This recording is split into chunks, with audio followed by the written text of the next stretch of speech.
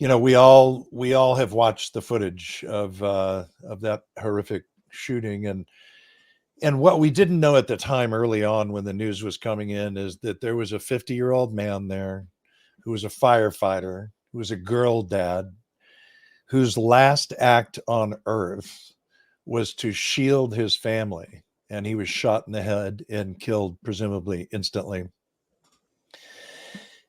I've watched a bunch of footage now, knowing we were going to be talking about this today, talking about Corey Comparator, I think is the correct pronunciation. And, everybody described him as like, well, he was totally selfless. He would do anything for you. And so this was a man who attended church every Sunday, but those that knew him said this is absolutely who he was. And if the situation arose again, he'd do it again. So it's the ultimate example. It is the ultimate example of, greater love hath no man than he who would give his life for his friends, in this case, his family. And we hear that, and I think it's easy to nod our heads. But what I know is, I would like to think I would be that man, but I don't know. And tested like that. So I just think, Jake, as we start this conversation, to start with that unbelievably extreme example of a guy who fully expected to be working today, having attended this rally, to be with his kids, plans that were made, dinners that were planned. He's not there.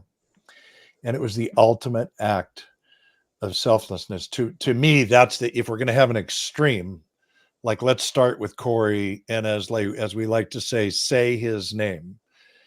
Say his name. Don't let this man's memory be forgotten, because that act to me is just it's exemplary, and it's a standard that I think we can all look at and say, that's what selflessness looks like. Yep.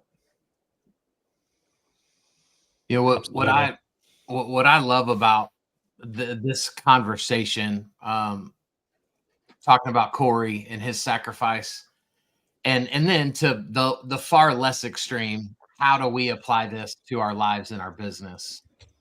Selflessness is a choice. And so it's not based on circumstance.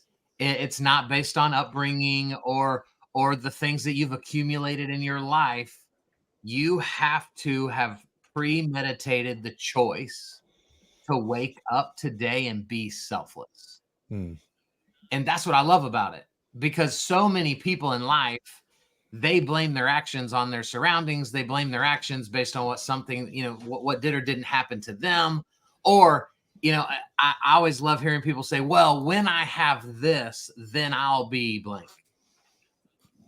And Corey, and then many others, we all had to wake up and say, I'm going to be selfless today.